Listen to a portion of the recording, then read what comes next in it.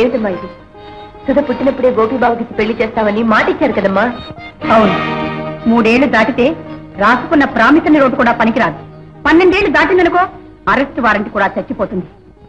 ఎప్పుడో దాన్ని చిన్నప్పుడు ఇచ్చిన మాట ఇంకా బ్రతికుంటుందనుకుంటున్నావా? నీ పిచ్చి గాని. అమ్మా, మనిషికి చావున్నట్టు మాటకి చావు లేదమ్మా. ఇవాళ డబ్బు రాగానే నువ్వు మారిపోయావు, కానీ రేపు వాళ్ళకి డబ్బు వచ్చినా బాగా మారడమ్మా. అయినా ఇప్పుడు వాళ్ళకేం తక్కువని? ఉన్నంతలో వాళ్ళు బాగానే ఉన్నారుగా. గాడిద ఎప్పుడు గుర్రం కాదే అమ్మా. లేకపోతే ఏమిటే? అల్లుడు గారు చూసిన ఇంజనీర్ సంబంధం ఎక్కడా? కుక్కకోని కోళ్లకు మేత వేసి కోడికి లెక్క పెట్టే గోపి సంబంధం ఎక్కడ? అమ్మా, ఇంత డబ్బొచ్చినా ఆ దరిద్రుల మాట ఎత్తుతావేమిటే? మన అంతస్తు మర్చిపోయి మాట్లాడతావే? అవునమ్మా, మన అంతస్తును మర్చిపోయే మాట్లాడుతున్నాను. గోపీబాబు మన ఇంటికి వచ్చినప్పుడు పనస పళ్ళు, అరటి పళ్ళు, తినుబండారాలు తెచ్చేవాడు కదా. వాటిని చూసి మనం 3 రోజులు గ్రాసం దొరికిందని మురిసిపోయేవాళ్ళం కదూ. ఆ సంగతి మర్చిపోయే మాట్లాడుతున్నానమ్మా. మాలాంటి పేదవాళ్ల ఇళ్లలో ఎందుకు భోంచేస్తావులే అని గోపీబాబు మన ఇంట్లో భోంచేస్తేనే చాలు అనుకునేవాళ్ళం కదూ. ఆ సంగతి మర్చిపోయే మాట్లాడుతున్నానమ్మా. మనం మరీ తిండి కటకట్లాడే రోజుల్లో గోపీబాబు ఇంట్లో ఉంటే 4 రోజులైనా గడిచిపోతుందిలే అనుకుని వాళ్ళింటికి చుట్టం చూపుగా వెళ్ళిన సంగతి కూడా మర్చిపోయే మాట్లాడుతున్నానమ్మా. సుశీల, ఆ ముష్టి వెదం వెనక వేసుకొస్తూ కన్న తల్లిని దెప్పుతున్నావా?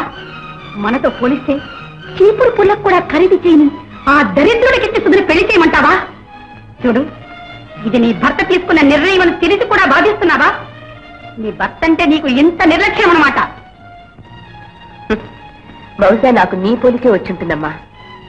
నువ్వు మాత్రం నాన్న మాట ఎప్పుడు లెక్క చేసావు కనుక. సంపాదన లేని మొగుడు మాట పెళ్ళాం వినక్కర్లేదు. అల్లుడి సంపాదన మీద బ్రతికే అమ్మ మాట పిల్లలు వినక్కర్లేదేమో. తల్లిని పట్టుకుని అంత మాట అన్నానికి నీకు నోరేలా వచ్చిందే? నీకు లేనప్పుడు ఇంత అన్నం పెట్టిన బంధువుల్ని ముష్టివాళ్లు అనడానికి నీకు నోరెలా వచ్చిందమ్మా? అమ్మా, డబ్బుని నీచంగా చూడటం నా ఉద్దేశం కాదు. కానీ నీకు అర్థం అవడానికి ఒక విషయం చెప్తాను. డబ్బనేది మనం కాలికి తొడుకునే బూట్ లాంటిది. చిన్నదైతే బాధ పెడుతుంది, పెద్దదైతే పడేస్తుంది. అలాగే చాలని ఆదాయంతో ఒకప్పుడు మనము బాధపడ్డాం.